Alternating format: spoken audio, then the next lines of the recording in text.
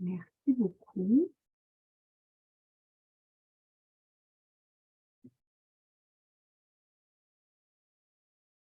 Donc, Kwe, nous désirons reconnaître que les terres sur lesquelles nous avons le privilège de vivre, de travailler, de nous divertir et de nous exprimer font partie de territoires non cédés ni concédés qui ont été, au cours de l'histoire, et sont encore aujourd'hui le lieu de vie, de rencontre, d'échange des Premières Nations, des Inuits et des Métis. C'est avec respect et gratitude que nous animons aujourd'hui à partir de l'île de Tiohtià:ke, aussi connue sous le nom de Montréal. Territoire d'appartenance, merci de fermer votre micro. Un territoire d'appartenance, notamment des nations Kanien'kehá:ka et O'manawininiwak. Nous reconnaissons la stigmatisation, la discrimination et le racisme systémique vécu par ces peuples. Dans un esprit de paix, de justice et de réconciliation, nous souhaitons aujourd'hui et pour les générations à venir utiliser notre voix pour promouvoir l'équité, les droits de la personne et ceux de la santé. Nous nous engageons à mettre en lumière et à nous inspirer avec humilité de la diversité et richesse de leur savoir, de leur enseignement et de leurs pratiques, et à collaborer avec ces peuples en tant qu'organisation solidaire, non autochtone, de sorte que leur histoire, leur culture et leur réalité soient au cœur de nos actions. Nous vous invitons à prendre un moment pour vous renseigner et réfléchir à la présence passée, présente et future des peuples autochtones des territoires où vous êtes actuellement. Avant de débuter ce webinaire, nous désirons enfin témoigner notre reconnaissance et rendre hommage aux personnes et organisations autochtones présentes qui agissent au quotidien pour le bien-être de leur peuple et de leur territoire. Miigwech.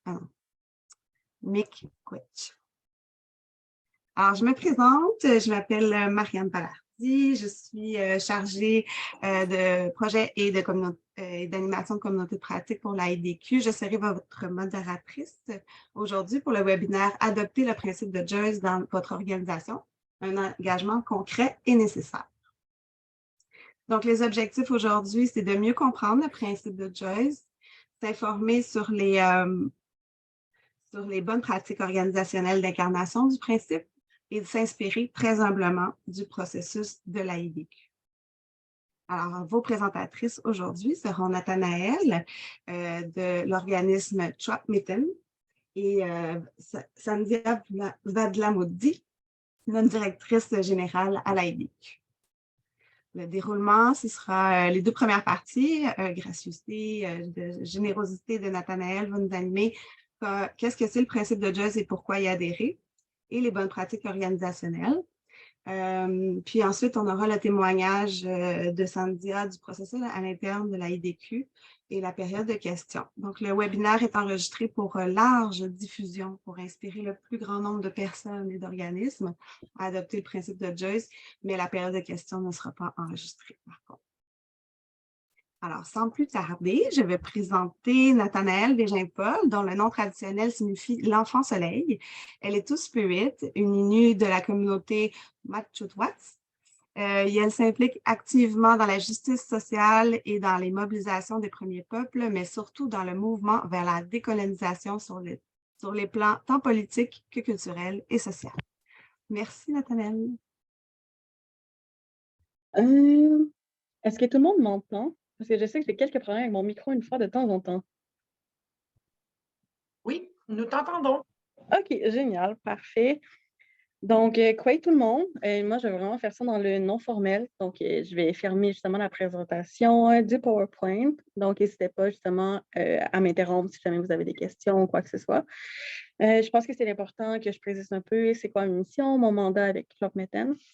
Donc, à la base, moi, je suis une Innu de Mashtayats. J'ai grandi quand même dans une famille qui était très militante, très traditionnelle aussi. Et je pense que ça a tout le temps été inculqué dans mes valeurs, justement, de me mobiliser pour les populations autochtones aussi. Donc, Chwakmeten a été créé justement dans cette vision-là aussi. Justement, d'aller créer des ponts entre les communautés allochtones et autochtones pour justement aller renforcer la réconciliation envers les premiers peuples. Ça s'est créé de façon un peu non ponctuelle, un soir, un jeudi soir, autour d'un souper avec ma sœur. Finalement, c'est moi qui ai un peu pris le lead dans Throckmorton aussi. Donc, me voici, me voilà. N'hésitez pas à m'interrompre aussi si jamais vous avez des questions ou quoi que ce soit. Je pense que ça va être plus facile justement de comprendre le principe de Joyce, les différentes mobilisations aussi, puis vos différentes interrogations que vous avez envers le principe de Joyce aussi. Donc, le principe de Joyce, c'est quoi?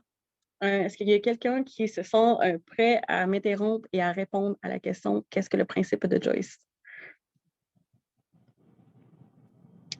OK, je ne vois pas tant de mains levées, fait que je vais juste me lancer si vous ne vous sentez pas confortable. Dans le fond, le principe de Joyce vise à garantir à tous les Autochtones un droit d'accès équitable sans aucune discrimination à tous les services sociaux de santé, ainsi que le droit de jouir du meilleur état possible de santé physique, mentale, émotionnelle et spirituelle.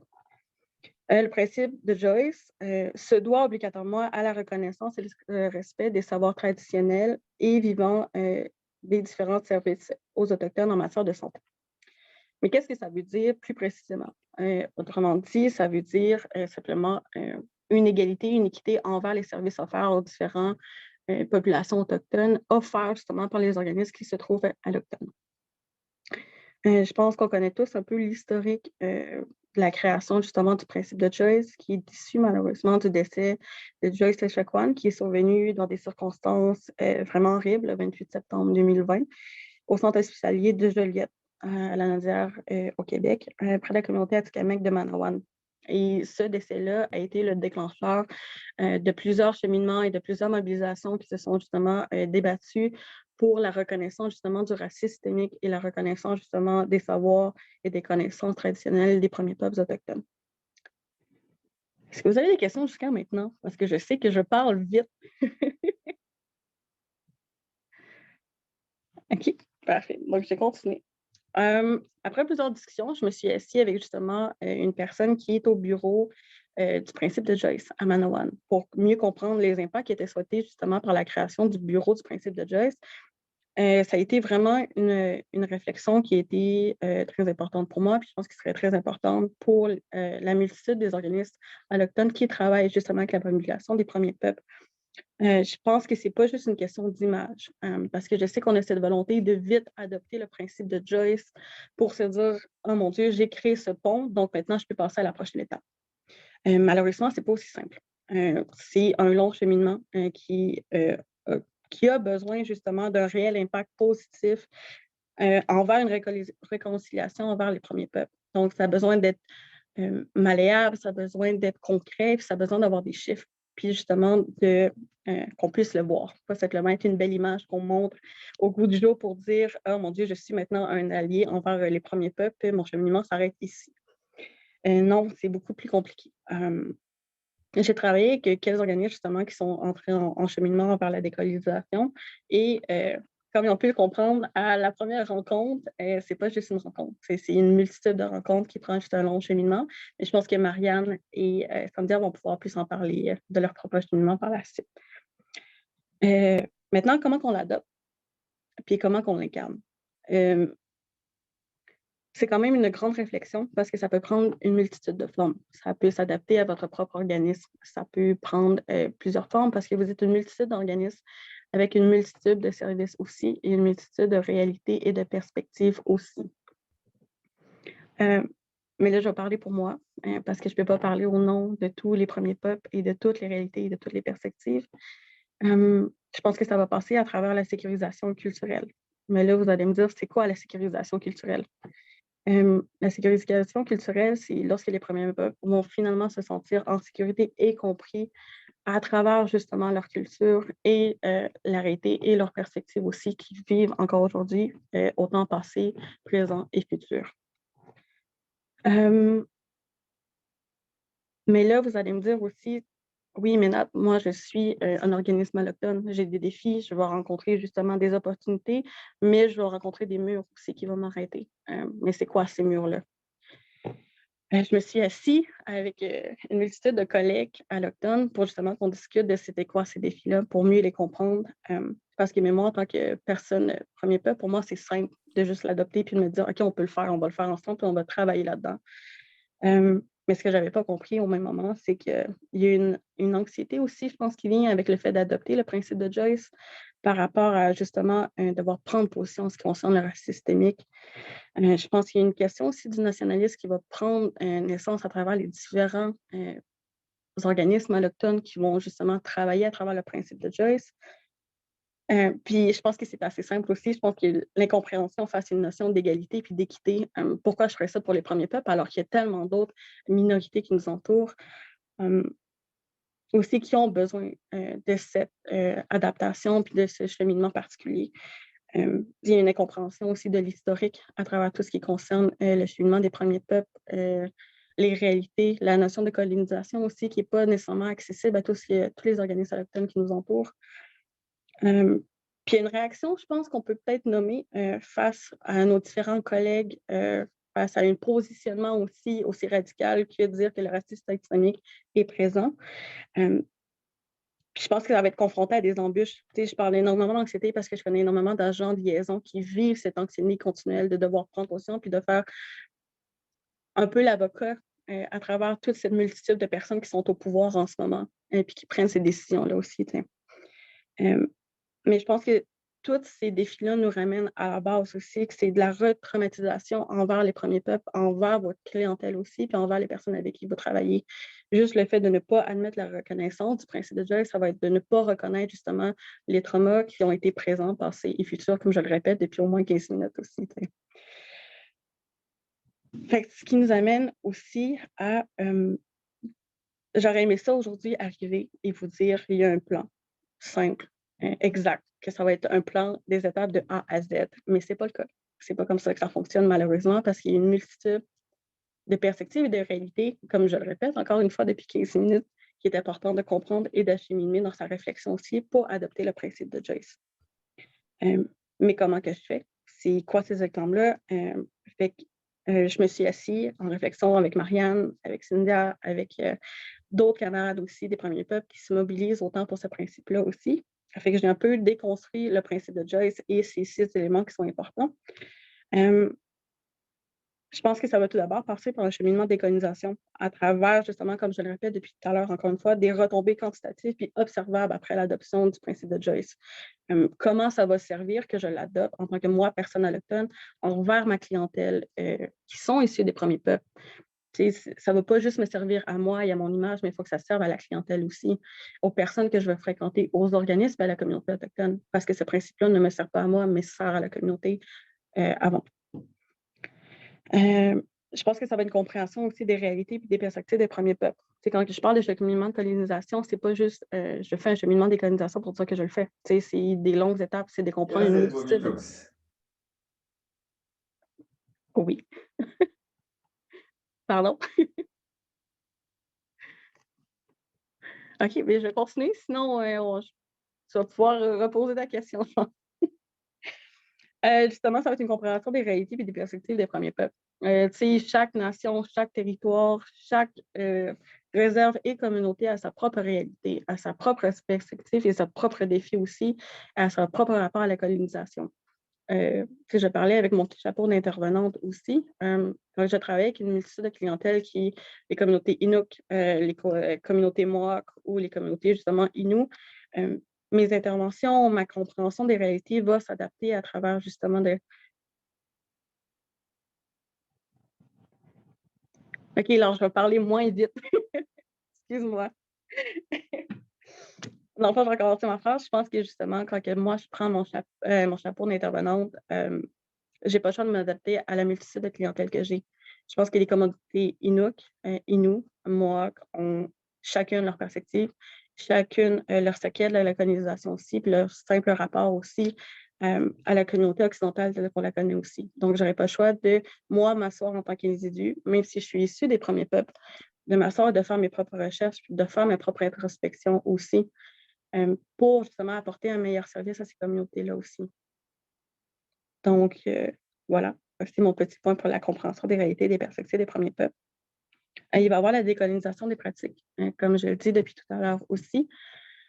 Je pense qu'on vit dans 2 mondes qui sont complètement différents aussi. Je pense que le rapport culturel et le rapport au temps et le rapport à l'univers et comment qu'on le conçoit est complètement différent aussi au niveau culturel.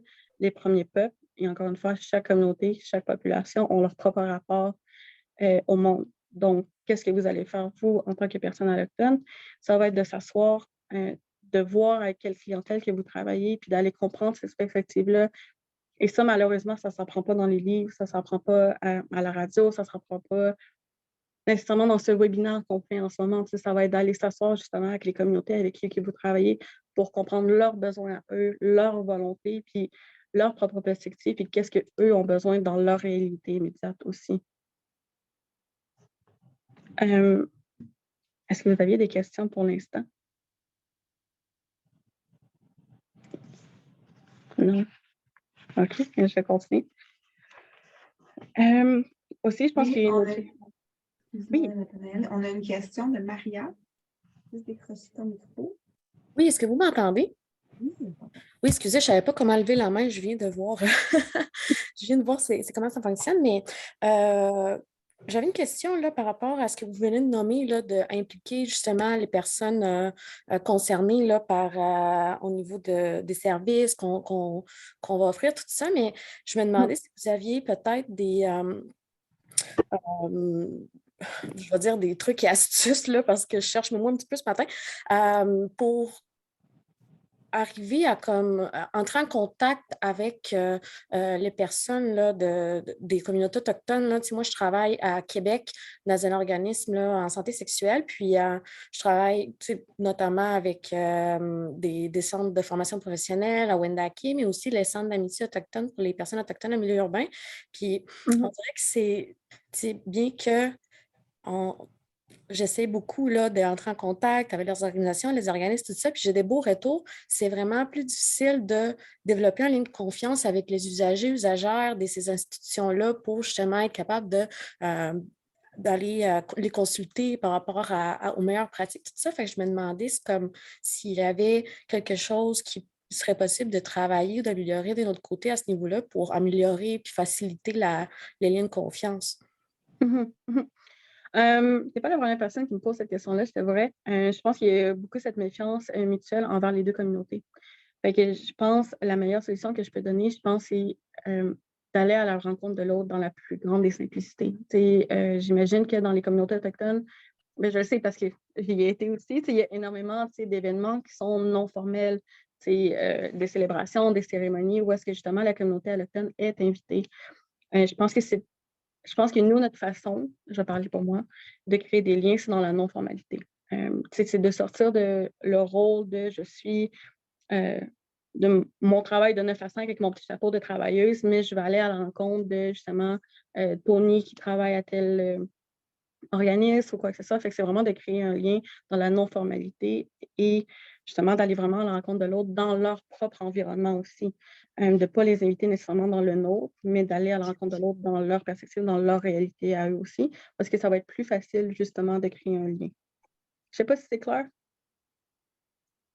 Oui, c'est plus clair. Donc, j'en comprends, tu sais, que dans le fond, quand tu dis sortir du rôle des fonctions, c'est que décoloniser les pratiques, c'est un peu d'adopter une posture non oppressive, puis à la rencontre de l'autre à l'extérieur de notre rôle, notre mandat, dans le cadre de notre emploi, finalement, là, c'est quelque chose qui doit être adopté un peu dans la vie de tous les jours, bien au-delà là, de notre rôle d'intervenant-intervenante. Exact. Mais si je peux donner un exemple, je travaille présentement aussi au Native. J'ai comme plusieurs emplois, là, j'ai plusieurs chapeaux, puis je travaille aussi au Native Friendship Center. Puis tous les mercredis, nous avons justement des soupers communautaires, des événements culturels où est-ce que les différents intervenants qui nous entourent au organisme vont se présenter pour créer des liens directs avec les intervenants qui sont présents ou avec justement la clientèle qui est présente dans la non-formalité de je suis ton intervenante ou la personne à qui tu travailles en ce moment. Puis on a un rendez-vous de 9 à 5 à ce moment-là. Mais moi, je viens à toi dans cette ouverture, dans cette humilité aussi. Où est-ce que les gens vont justement montrer une ouverture puis une compréhension face à c'est quoi mon rythme de vie, mes réalités aussi. Oui, donc c'est parfait, ça répond à la perfection à ma question. Merci beaucoup. OK, parfait. Aussi, je pense que je ne vais pas parler tout en votre nom, mais j'ai des petits cues qui me disent que les personnes autochtones ont souvent cette volonté de prendre des implications puis des mobilisations, alors qu'il y a déjà énormément des mobilisations autochtones qui sont déjà présentes sur les lieux.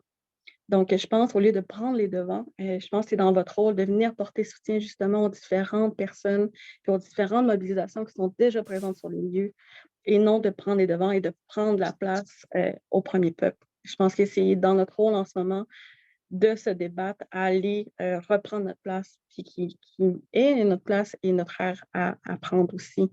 Donc, je pense que d'aller faire des recherches, de créer des liens justement aussi. Tu sais, Maria, tu me demandais comment je crée des liens. Je pense que c'est à travers ça aussi, à travers les différentes mobilisations qui sont déjà présentes aussi. Puis ça va peut-être mieux comprendre aussi c'est quoi la réalité, pourquoi ces mobilisations existent à travers l'intersectionnalité de ces mobilisations et des réalités et des oppressions qui sont vécues à ce moment-là présentement aussi à travers le principe de Joyce. Si moi, je peux parler, je suis allée à une mobilisation il n'y a pas si longtemps à travers la route 60 qui m'a permis de mieux comprendre à travers la situation des Atikamekw pourquoi il y avait une mobilisation à ce moment-là, pourquoi les Atikamekw avaient décidé de créer ce barrage-là et de s'asseoir ensemble, différentes clientèles atikamekw vivent en ce moment aussi, puis leur frustration à travers cette incompréhension-là. Fait que moi, à travers mes interventions, puis cette compréhension-là, puis ce tissage de lien de confiance me facilite en tant que moi, un individu, d'aller voir ces personnes-là aussi. Aussi, encore aujourd'hui, je pense qu'il est un point très important, je pense que c'est la collaboration avec des membres issus des premiers peuples. Comme vous avez pu voir, aujourd'hui, la IDQ n'est pas tout seul à présenter le principe de Joyce. Se sont associés avec moi, Nathanaël, membre des premiers peuples, pour juste avoir une meilleure compréhension, puis créer une collaboration sur le long terme et avoir une meilleure compréhension, et peut-être de chercher l'angle mort que peut-être que la IDQ ne pouvait pas avoir aussi, et d'avoir une meilleure perspective qui est directement sur le terrain aussi. Puis je pense, qu'est-ce qui est important, mettons, si je parle plus au lien de la santé et aux différents organismes systémiques, c'est d'avoir une collaboration accrue avec les intervenants autochtones et avoir du référencement envers les bonnes ressources aussi.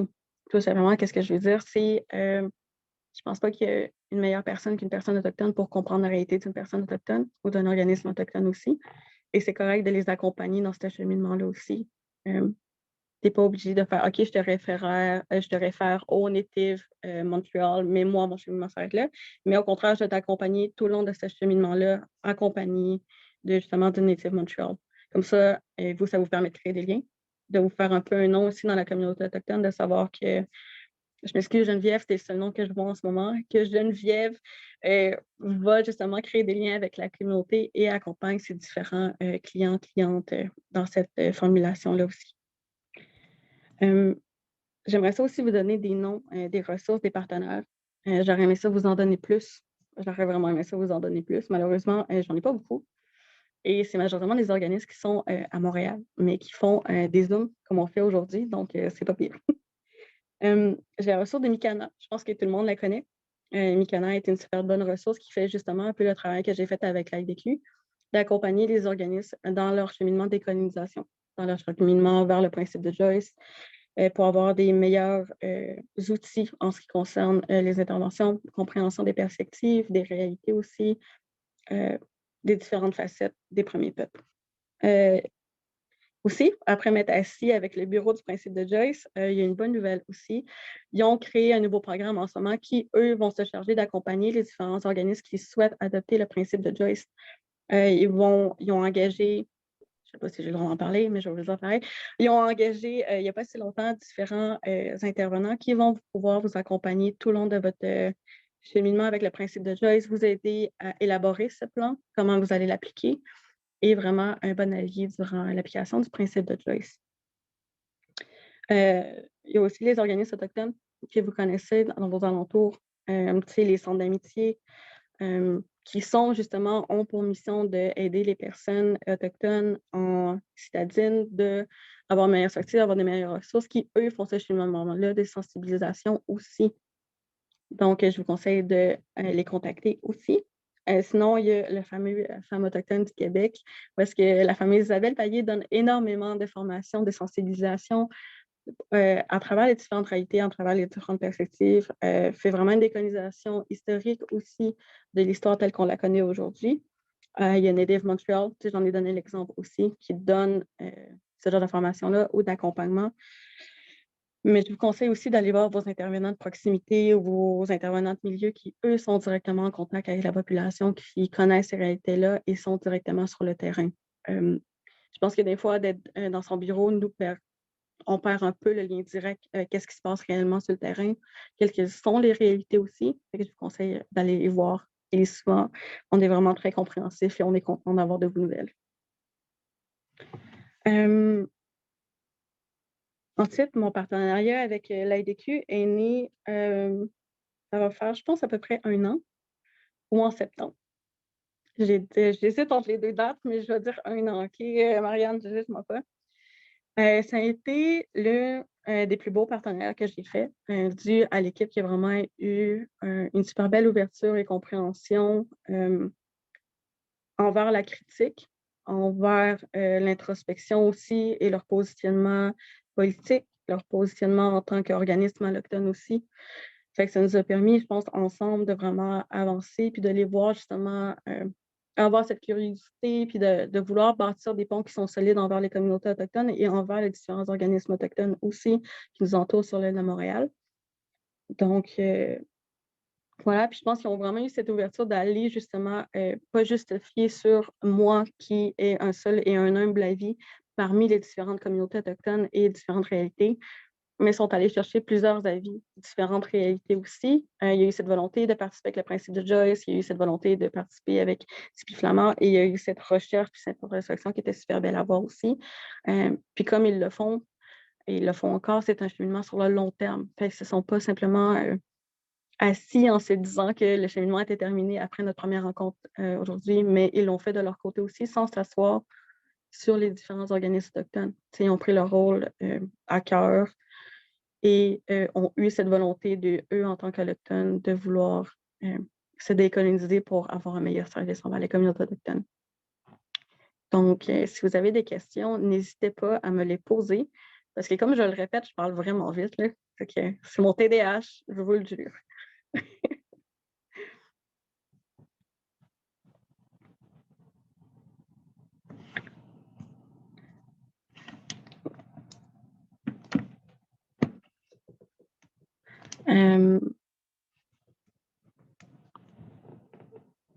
Ouais. Je pense que Cynthia, ça va être à toi.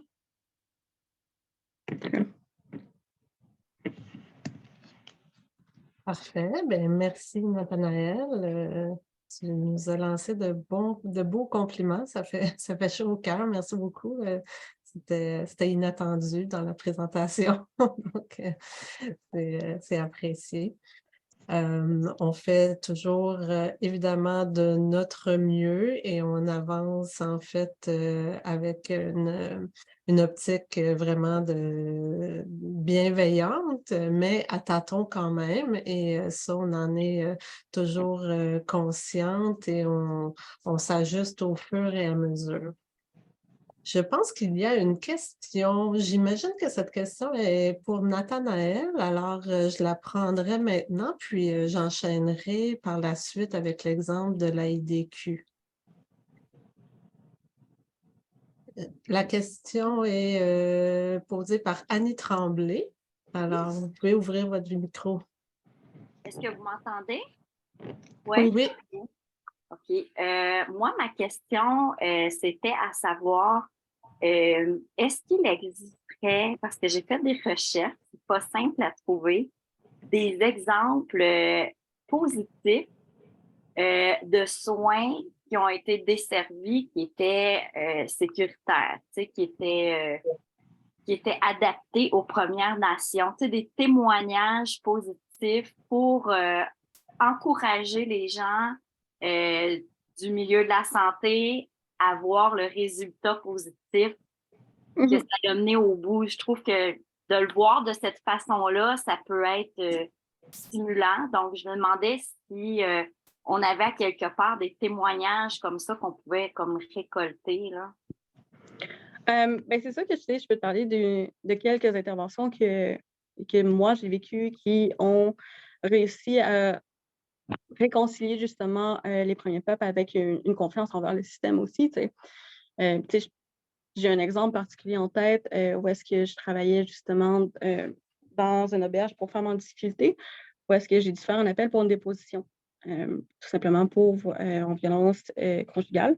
Donc, j'appelle le poste. Le poste est arrivé. M'ont demandé d'expliquer un peu la situation pour prendre la déposition de la dame. Et ils m'ont fait « OK, attends, c'est un auberge justement pour femmes autochtones, c'est ça? » J'ai fait « Oui, exactement. » Ils ont fait « OK, ça ne sera pas très long. » Donc, je vais les appeler Isabelle et Pierre. Isabelle et Pierre reviennent. Finalement, ils ont enlevé leur petite jaquette de police, ils ont enlevé leur petite ceinture et vraiment habillé le plus civilement possible que c'était. En fait, et Pierre me dit « Attends, je vais même aller chercher des cafés pour que ce soit plus calme dans le non formel. Puis on va même aller parquer la voiture de police un peu plus loin pour éviter justement de trigger les dames qui sont là. Puis on ne veut pas causer une scène non plus. Ils sont allés parquer la voiture, Pierre est revenu avec des cafés. Ils se sont présentés aux dames calmement. Ils ont dit ils étaient qui, c'était quoi leur rôle. Ils ont fait des blagues avec les dames aussi. On est allé s'asseoir, on a fait la déposition. Et c'était pas ma première déposition que je faisais dans ma vie avec une cliente. Donc, habituellement, j'ai l'habitude que les policiers poussent la cliente à faire la déposition le plus vite possible pour qu'il retourne en patrouille. Finalement, pour faire la déposition, ça a pris un bon 12 heures. Parce que c'était beaucoup de triggers, de déclencheurs pour la dame. Et ils ont pris le temps. Ils ont surtout ils ont enlevé leur position justement de pouvoir. Ils ont placé automatiquement les bureaux en cercle. On s'est assis tous ensemble. Ils ont pris des pauses. La policière est allée fumer quelques cigarettes avec la cliente. Donc, elle continue à prendre des informations un peu dans le non-formel au lieu d'être assis derrière le bureau de froidement et garder cette distance-là. Et ensuite, on simplement remercié la cliente dans son propre langage en lui demandant comment ça se disait. Ça l'a rassuré. Fait que les policiers l'ont remercié, sont allés justement voir les autres clientes, leur remercier de leur temps, sont repartis et justement la cliente que je vais appeler Julie s'est sentie écoutée et vue dans ses propres perspectives et réalités aussi et dans ses propres traumas, de comprendre justement quelle est l'image du système policier face au premier peuple aussi, de prendre le temps. Je pense que ça a été vraiment gagnant pour les deux parties aussi. Les policiers ont réconcilié justement une partie des premiers peuples avec le système aussi. Pas causé de scène. Moi, ça m'a rassurée aussi. Je n'ai pas eu à autant de débrief que j'aurais dû à le faire avec une intergénération policière. Fait que c'était vraiment génial.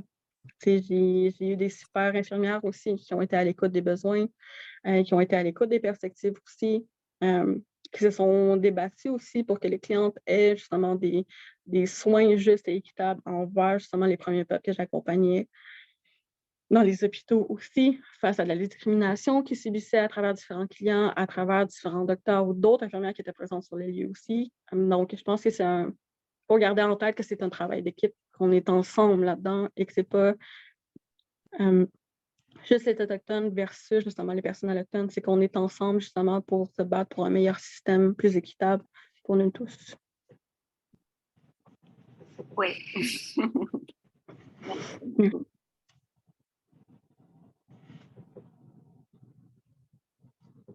Alors, ça va? Ça répond à la question?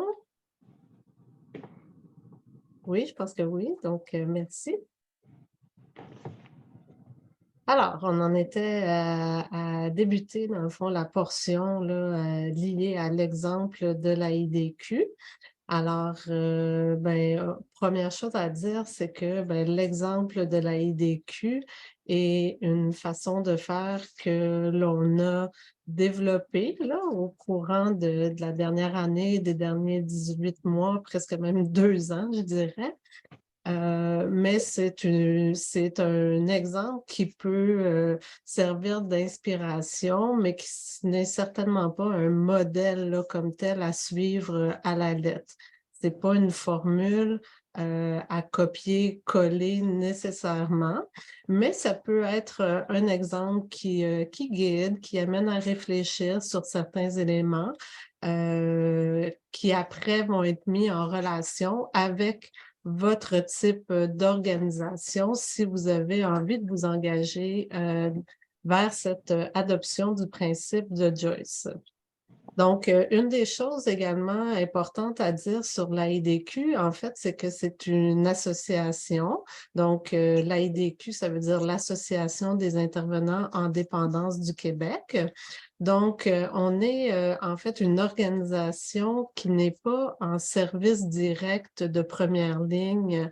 Donc, on n'a pas nos portes ne sont pas nécessairement ouvertes là, pour offrir des services à des personnes qui vivent ou qui sont touchées par une dépendance, mais on est en appui aux organisations et aux intervenants qui œuvrent dans le champ de la dépendance.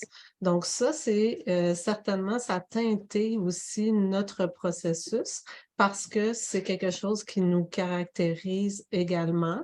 Donc, ça avait une incidence sur les objectifs qu'on allait se déterminer pour l'adoption du principe. Marianne, est-ce que tu peux changer de diapositive? Merci. Donc, à l'AIDQ, on avait l'impression, en fait, qu'on était dans un terreau fertile pour cheminer vers l'adoption du principe de Joyce. Déjà, comme association, bien, on porte des valeurs d'inclusion, de participation, de diversité. Donc, ça mettait la table à avoir cette ouverture-là et ce désir, en fait, de faire un pas supplémentaire pour vraiment mieux incarner, en fait, ces valeurs-là. Donc, déjà, il y a 2 ans, en fait, on s'était donné comme objectif d'avoir aussi au sein de notre conseil d'administration une représentation issue de communautés autochtones ou de premiers peuples.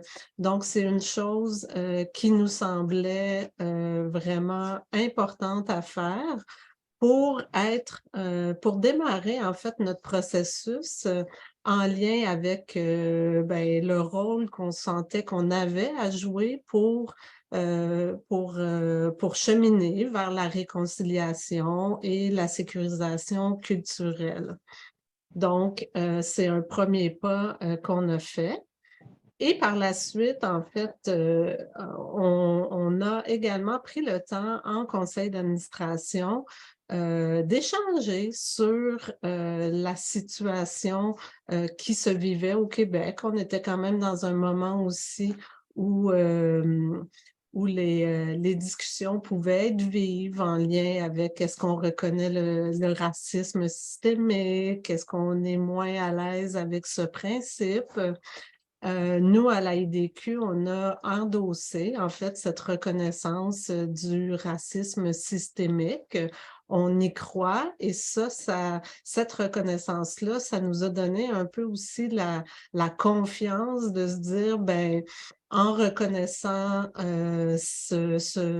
le racisme qui est présent dans le système, ben, ça nous donne aussi une responsabilité d'agir et on veut agir de façon collective. Alors, en conseil d'administration, on s'est mis à discuter aussi, est-ce que le principe de Joyce pourrait être un principe que l'on incarne à la l'AIDQ? Et donc, avec Kayla, qui était à ce moment-là la membre du conseil d'administration issue d'une communauté autochtone, on a pris le temps vraiment de se poser ces questions. Est-ce que ça pourrait être une bonne idée? Est-ce qu'après, on aurait vraiment la capacité... oui, merci d'avoir fermé votre micro. La capacité de bien incarner tranquillement, bien sûr. C'est pour ça que je pèse un peu mes mots parce que Nathanaël nous l'a bien dit, hein, c'est pas quelque chose qui se fait en l'espace d'une semaine ou quelques mois, c'est quelque chose qui nous suit à long terme et heureusement parce que c'est vraiment ce qu'on souhaite, que ça fasse partie en fait de nos pratiques. Donc, tous les membres du conseil d'administration ont pris connaissance du principe de Joyce, de qu'est-ce que ça impliquait. Donc, il y a un document qui existe qu'on peut télécharger qui décrit le principe. Et par la suite, après en avoir pris connaissance, on a eu cette discussion-là en conseil d'administration et on a pris le temps de se questionner sur dire, ben, pourquoi on adopterait ce principe-là à la IDQ et qu'est-ce que le principe signifie pour chacun des membres du conseil d'administration. Et cette discussion-là ben, a été guidée par Kayla Gédéon, là, qui était notre moteur là, dans ce processus. Alors, suite à cette discussion, bien, le conseil d'administration a décidé d'entériner et de faire en fait une résolution formelle pour adopter le principe. Et à l'intérieur de la résolution qui a été adoptée par le conseil, bien, il figurait les 6 engagements que vous voyez maintenant là, à l'écran. Donc, le premier engagement qu'on a adopté, c'est d'afficher sur notre site Internet qu'on appuie le principe de Joyce. Alors là, vous voyez une capture d'écran de cet affichage. Prochaine diapo. Donc, deuxième engagement. Assurer à son personnel la formation continue relative au principe de Joyce. Et vous voyez que le mot « continu » a été mis en évidence dans la phrase. Donc, ça veut dire que ce n'est pas une seule formation d'1 heure et demie, puis après, on a réglé la question. Ce n'est pas cette approche du tout. On voit cette approche en continu. Mais pour nous, en fait, dans la dernière année, parce que là, ça va faire bientôt 1 an que le conseil d'administration a adopté le principe. Pour nous, ce qui a été possible de faire dans la dernière année, c'est qu'on a déjà commencé en juin à l'intérieur de nos journées de réflexion d'équipe. On s'est planifié un atelier de sensibilisation aux réalités autochtones. Alors, c'est un atelier qu'on a fait, qu'on s'est auto-animé, en fait, à même l'équipe. On a consulté certains groupes autochtones et on est allé chercher également des vidéos qui existent, qui sont comme un peu des TED Talks. Je peine à trouver l'expression française, mais donc, ce sont des vidéos qui nous aident en fait à comprendre certaines réalités, à aussi faire des réflexions sur soi-même et de partager avec nos collègues les billets qu'on peut déjà avoir et dont on essaie en fait de se départir.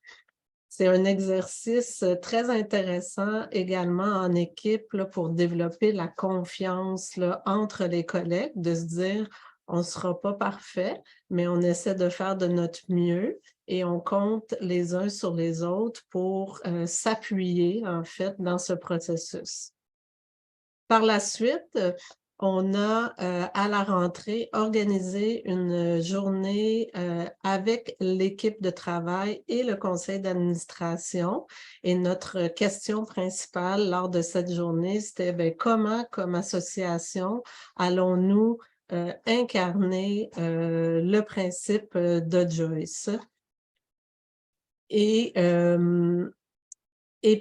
bientôt, en fait, on va avoir une journée complète aussi, toute l'équipe de formation qui s'appelle Piwasheha et qui est offerte par l'Université du Québec en Abitibi-Témiscamingue. Et c'est une formation là, qui est conçue vraiment en part et pour, en lien avec les cultures et réalités autochtones. Je voulais juste ajouter que la journée du 5 septembre, c'est Nathanaël qui nous a beaucoup aidés et qui nous a animés. Donc, ça a été fort intéressant. Merci.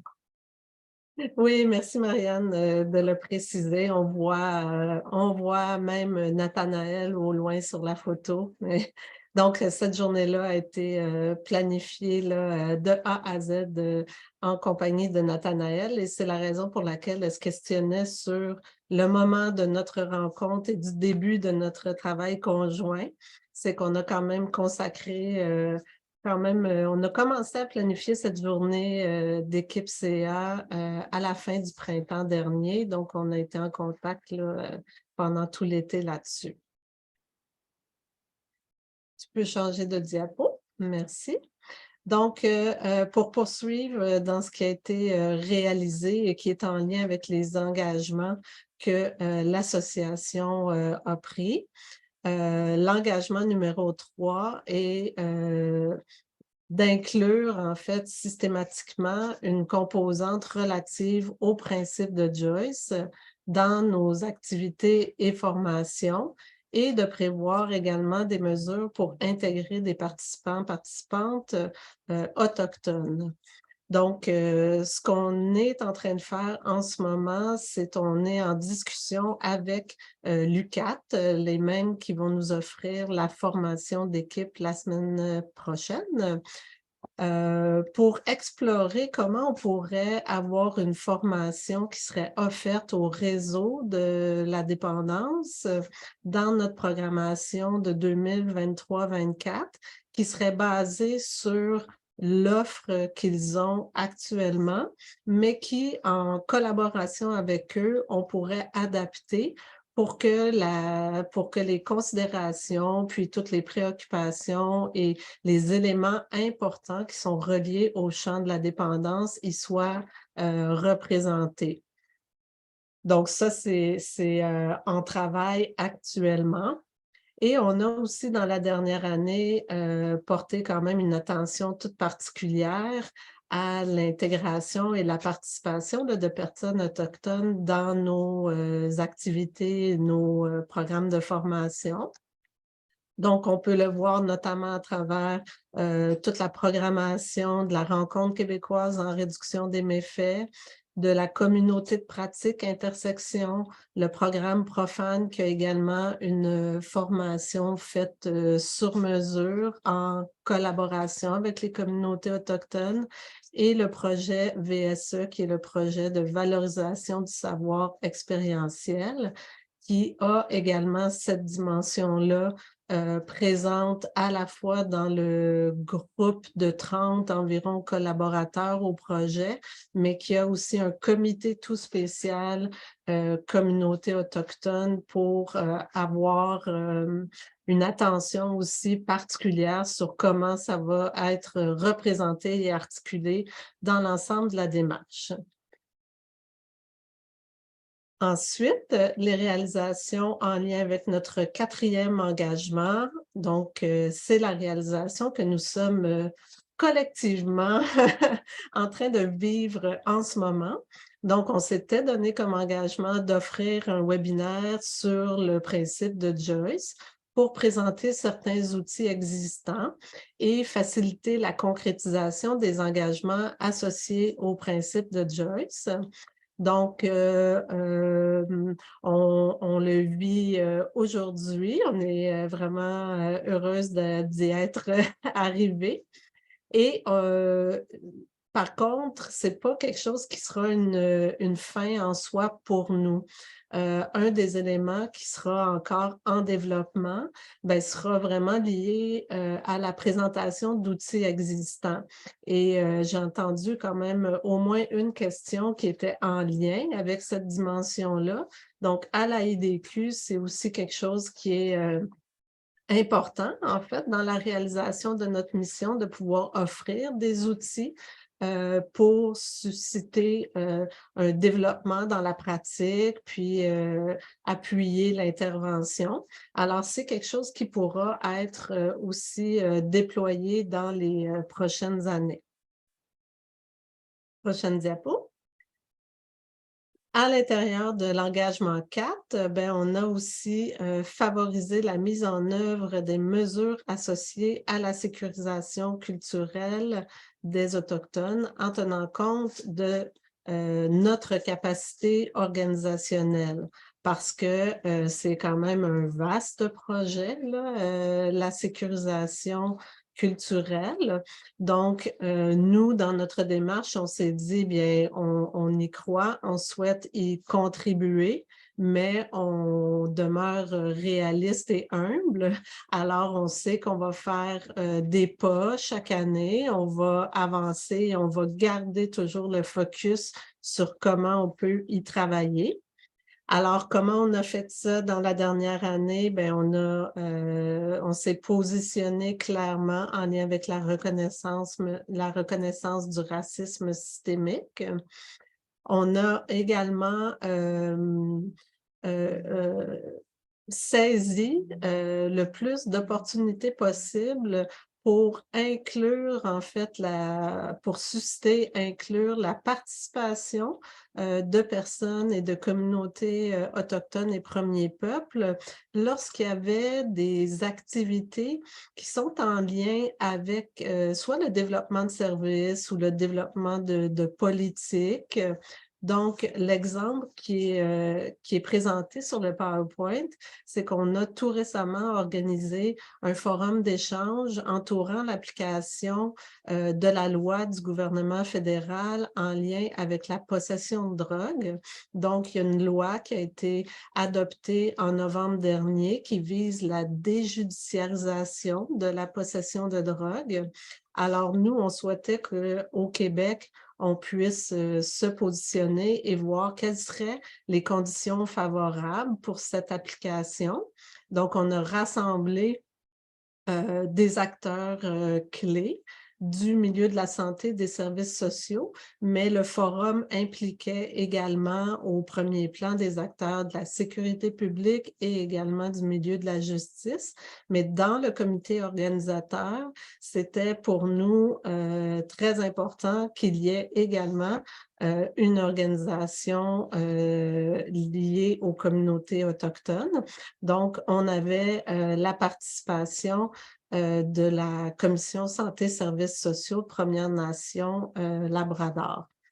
Donc, ça, c'est un exemple, mais ça vient traduire l'importance de le faire. Bien, l'importance, c'est en fait pour nous, je dirais, la cohérence de le faire dès la planification, de ne pas être juste dans l'invitation, mais dans la participation à l'ensemble des étapes liées à la démarche. Et on a appris énormément sur comment, en fait, juste l'application de ce chapitre de loi-là a vraiment une diversité d'impact et d'approche entre une organisation alloctone versus l'organisation autochtone. Donc, ça a été pour nous un moment qui a aussi comme en fait bien consolidé l'importance de le faire et l'impact réel que ça peut avoir après dans les solutions qui sont développées et les pistes d'action qu'on met de l'avant. L'engagement 5 était de prévenir, dénoncer et condamner toute manifestation de racisme envers les Autochtones.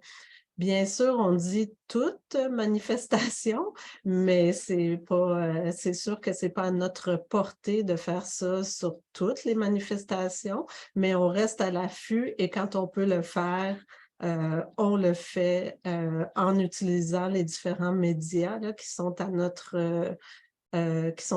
portée. Donc, notamment, on a signé la pétition en lien avec la reconnaissance du racisme systémique envers les femmes et les filles autochtones. Et puis, on affiche nos couleurs aussi lorsque c'est pertinent de le faire, puis notamment lors de la Journée nationale de la vérité et réconciliation. Prochaine diapo. Si je peux ajouter aussi, Oui. on s'est donné, on essaie d'homogénéiser aussi la reconnaissance des territoires, dans quel événement on le fait et pourquoi et comment et qu'est-ce qu'on dit. Donc, ça a suscité toute une réflexion aussi au sein de l'équipe, puis Nathanaël nous a aidés le 5 septembre.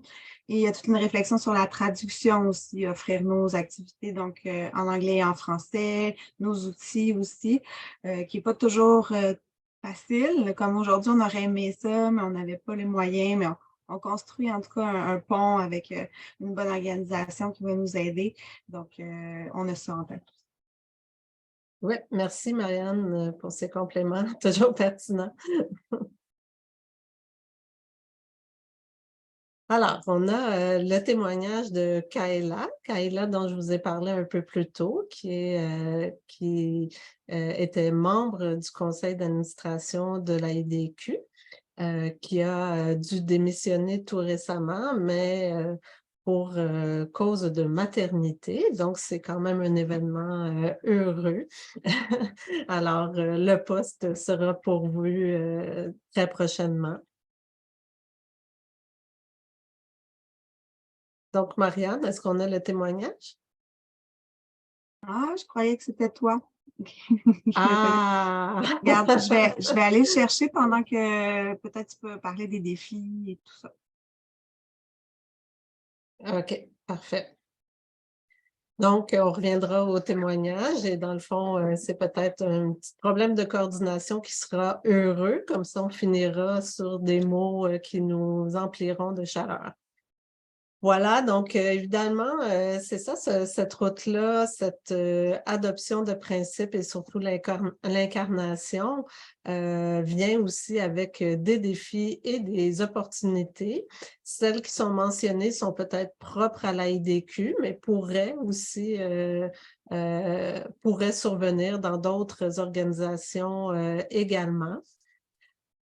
Un des défis est d'échanger les rôles dans l'équipe. Donc, vous voyez, ici aujourd'hui, on a Marianne Palardi qui fait l'animation du webinaire. Mais on souhaite que ce rôle-là ne lui soit pas octroyé uniquement à elle. Donc, de faire en sorte que les rôles et l'incarnation du principe soient vraiment partagés au sein de l'équipe, c'est quand même un bon défi parce qu'on a non seulement là, à rester vigilant, parce qu'on a tendance habituellement, quand on prend un dossier, on l'endosse pleinement, puis on a le leadership avec ce dossier-là. Mais là, avec le principe de Joyce, on essaie de fonctionner vraiment différemment pour que tout soit partagé. Ensuite, ça demande également un investissement de temps et d'argent.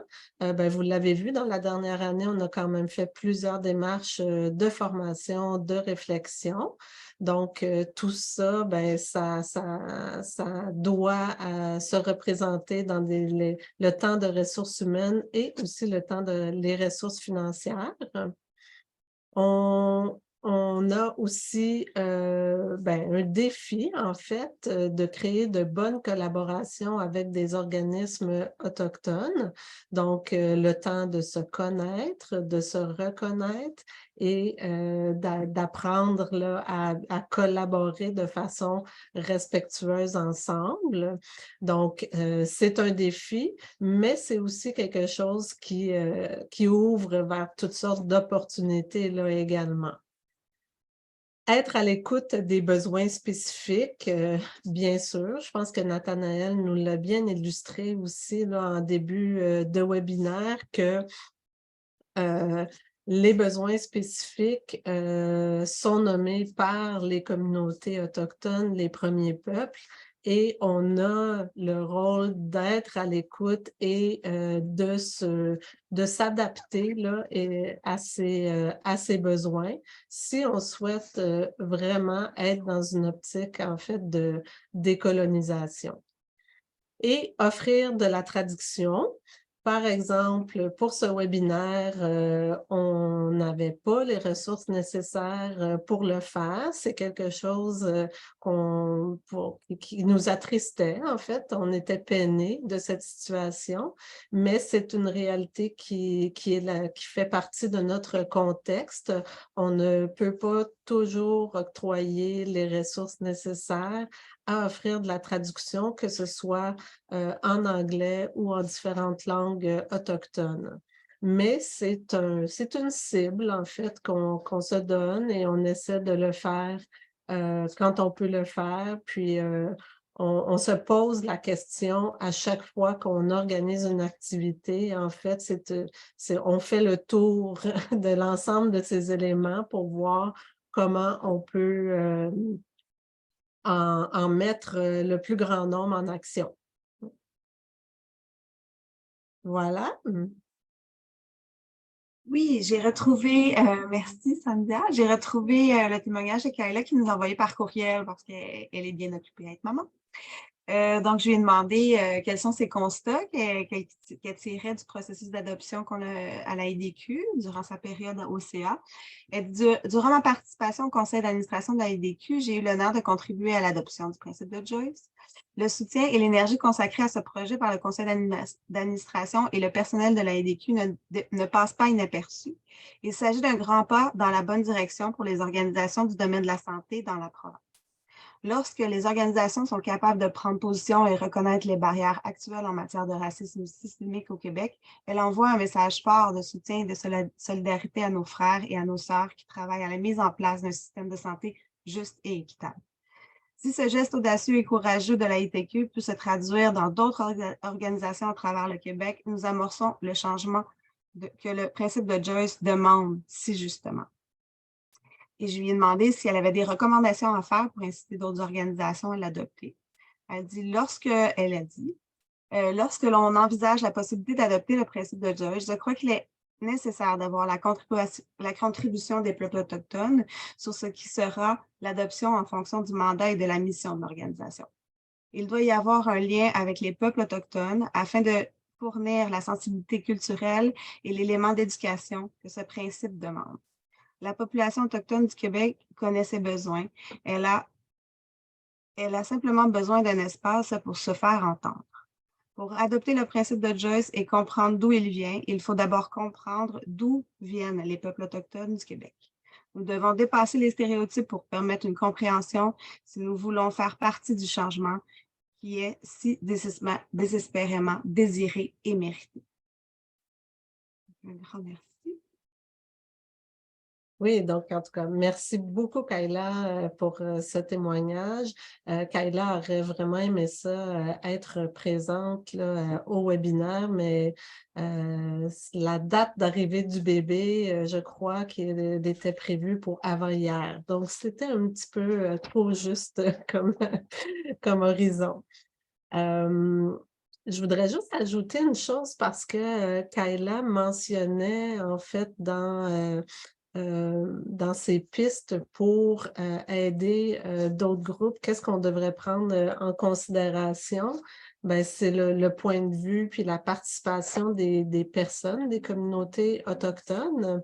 Et en ce moment, à l'AIDQ, en fait, on travaille un peu sur un plan d'action pour la prochaine année pour nous guider dans ce que l'on va mettre en place dans la prochaine année pour poursuivre là, avec l'incarnation du principe, mais avec également un écho tout particulier de personnes issues de communautés autochtones. Donc, Nathanaël nous avait proposé d'avoir un comité formé de différentes personnes autochtones et peut-être avec une personne elder également pour nous conseiller sur les avancées que l'on souhaite faire.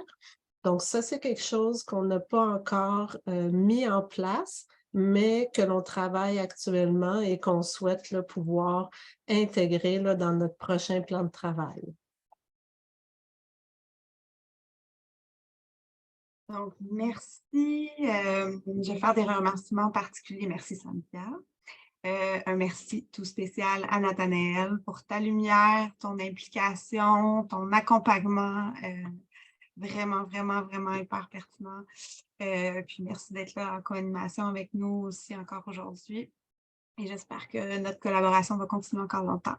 On apprécie beaucoup, beaucoup. Un merci spécial au CA et particulièrement à Kayla. Kayla était conseillère clinique au centre Walgwan et à toutes ces merveilleuses personnes qui étaient au CA pour avoir travaillé fort pour cette adaptation-là, puis pour votre implication là, à une meilleure justice sociale pour les peuples autochtones. Et merci à vous d'être là aujourd'hui. Vous êtes en grand nombre. On est contente. Si vous participez aujourd'hui à ce webinaire, c'est certainement que vous avez à cœur de prévenir, dénoncer, condamner toute manifestation de racisme envers les Autochtones et vous désirez sûrement agir à votre manière. Donc, miigwech. Et à ce moment-ci, on pourra arrêter l'enregistrement et on va pouvoir vous céder la parole, commentaires, questions. Ça va nous faire plaisir. Samedi à Nathanaël, reste avec nous aussi.